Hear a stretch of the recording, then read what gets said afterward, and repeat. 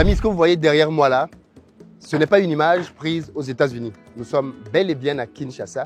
Et je dois vous dire que depuis que je suis arrivé dans cette ville, j'ai le sentiment qu'on nous a beaucoup menti au sujet de la RDC.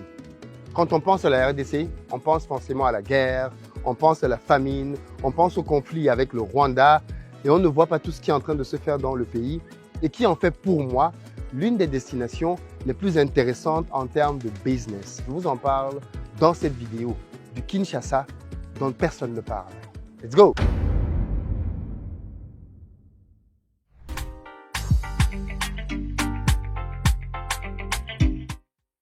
Salut à toi, bienvenue sur ma chaîne, moi c'est Philippe Simon et si je te parle de business, si ça t'intéresse, tu t'abonnes. Pour ceux d'entre vous qui, comme moi, voulaient lancer des projets pertinents sur le continent africain, je vous donne rendez-vous à Back to Africa dans quelques jours au Palais des Congrès de Paris, les 28 et 29 septembre, pour parler ensemble de comment la diaspora peut avoir de l'impact sur le continent africain. Pour ceux d'entre vous qui n'avaient pas encore pris vos places, c'est la dernière ligne droite, nous sommes quasiment pleins, il reste quelques places, c'est le moment de les saisir. Dans la barre de description, vous avez le lien à cet effet. D'ailleurs, j'ai une très bonne nouvelle pour vous. Il est désormais possible de prendre vos places grâce au CPF. Oui, vous avez bien entendu. Si vous avez du CPF, contactez le numéro qui s'affiche rapidement pour pouvoir réserver votre place pour Back to Africa. Et enfin, notre site shop.backtoafrica.fr est désormais ouvert au public. Il s'agit d'un site sur lequel vous allez pouvoir trouver nos différents prestataires. Nous en avons à peu près une centaine qui vous proposent toutes les prestations qu'ils vont proposer à Back to Africa. Et vous pouvez d'ores et déjà les acheter. Par exemple, on a commencé à vendre des terrains pour les gens qui sont en Côte d'Ivoire et autres. Donc, si vous voulez acheter des terrains, acheter des appartements, acheter des maisons ou même faire d'autres deals, allez sur le site et voyez tout ce qu'il y aura de disponible. Pour ceux d'entre vous qui avaient déjà pris vos places, bien évidemment, je vous conseille vivement d'acheter maintenant vos produits de telle sorte que le jour J, quand vous arrivez sur place, vous allez juste dans les stands récupérer vos produits. Il y aura plus de 4000 personnes par jour au Palais des Congrès. Autant vous dire que si c'est ce jour-là que vous voulez aller découvrir les stands pour pouvoir faire vos emplettes, vous risquez d'être rapidement débordé. Donc les amis, allez sur le site, commencez à faire vos achats et vous viendrez simplement les récupérer lors de Back to Africa. Alors bien évidemment, on parle de Back to Africa, on parle de retour en Afrique et on est en RDC, Royaume des Cieux. Et je suis très content d'arriver ici pour la première fois. Ça fait des années que je planifie avec mes équipes de venir en RDC et à chaque fois, il y a eu quelque chose qui a fait que ce ne soit pas possible. Je me rappelle déjà, on voulait le faire même avant le Covid.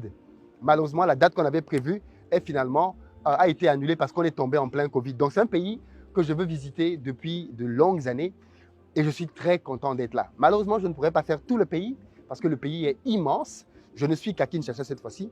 J'espère que lors de prochains voyages, j'aurai l'occasion d'aller au Kassai, à Lubumbashi, à Goma et à plein d'autres endroits parce que c'est un pays continent dans lequel il y a tellement de choses à voir. Mais j'ai envie de vous dire quand même tout de suite que quand je suis arrivé ici, je vous avoue que j'ai été agréablement surpris par ce que j'ai vu parce que je m'attendais à trouver un pays complètement délabré, un pays en guerre dans lequel il y a une insécurité galopante, un pays dans lequel il est impossible de marcher sans avoir une quelconque sécurité, un pays dans lequel il y a peut-être des enlèvements. Bref, vous voyez à quel point, à force d'écouter des mauvaises nouvelles à la télévision, on finit par intégrer un certain narratif par rapport à nos propres pays. Et on commence à entretenir une certaine peur même de rentrer dans nos pays ou alors à véhiculer des clichés qui sont absolument faux. Je suis arrivé à Kinshasa, j'ai été très surpris de voir un pays dans lequel il y a de grands boulevards, un pays dans lequel on a le sentiment d'être à la fois en Inde, mais aussi en Amérique du Nord. C'est un pays de la deux mesures de ce que je vois ici. Et ça m'a fait bien évidemment voir pas mal d'opportunités, notamment dans le domaine de l'immobilier. Ça construit à tour de bras. Et vous savez bien que le fait que dans un pays, il y ait énormément de projets est le signe même d'un dynamisme certain.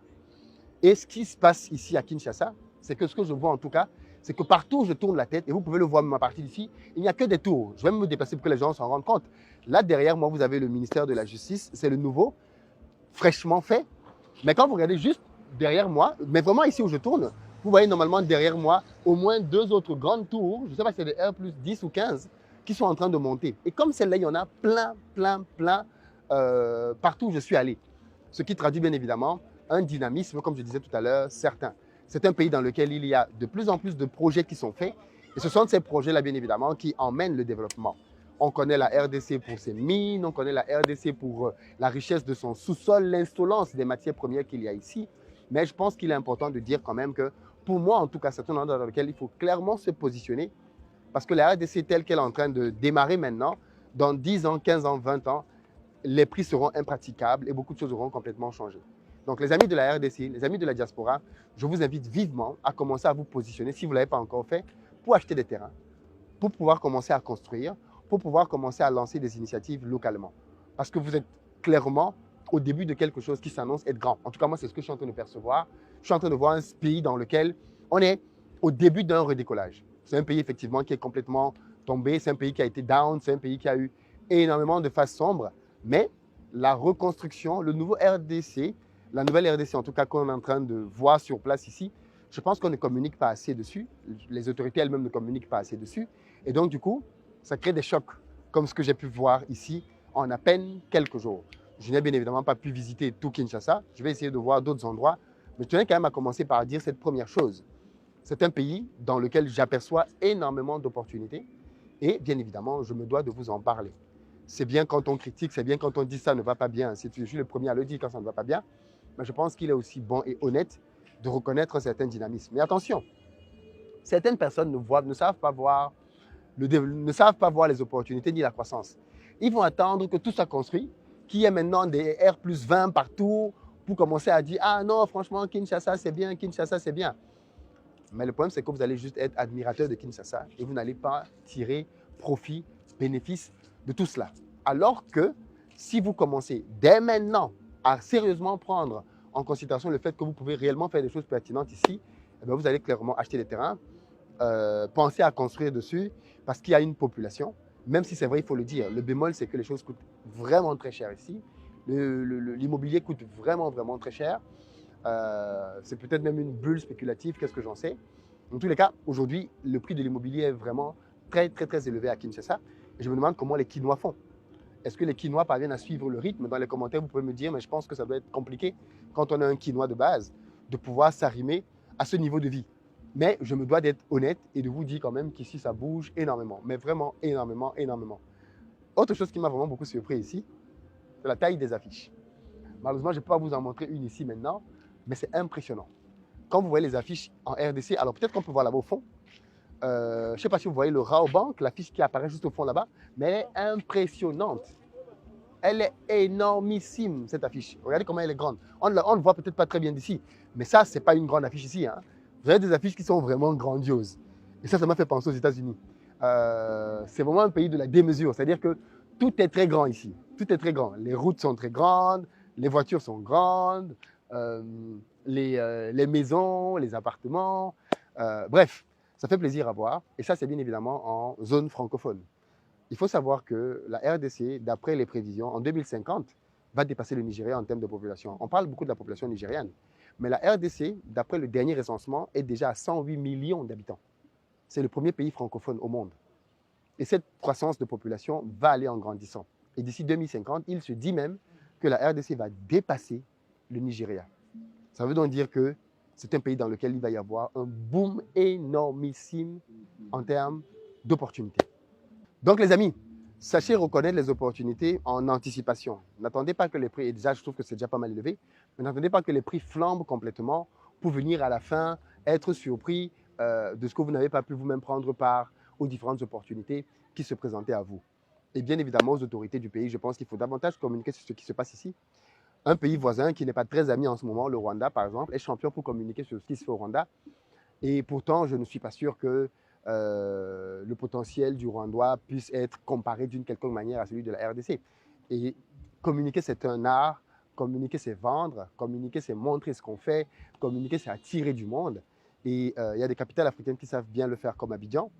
Et pourtant, la RDC, avec tout ce qu'on voit ici, franchement, il y a beaucoup, beaucoup de choses à mettre en avant ici, mais qui ne sont pas mises en avant. Donc, ça, c'est le travail des autorités. À vous de savoir promouvoir votre pays, le vendre au reste du monde, attirer davantage de touristes, rendre le processus de visa très simple, parce que c'était un peu compliqué pour moi, mais rendre le processus de visa très simple, en ligne par exemple, enfin bref, s'arrimer vraiment à ce qui se fait de mieux pour attirer un maximum de personnes, parce que plus les gens viendront ici, plus les gens auront de bons séjours, de belles expériences ici, et plus ils pourront en parler et donner à d'autres aussi envie de venir voir la nouvelle RDC.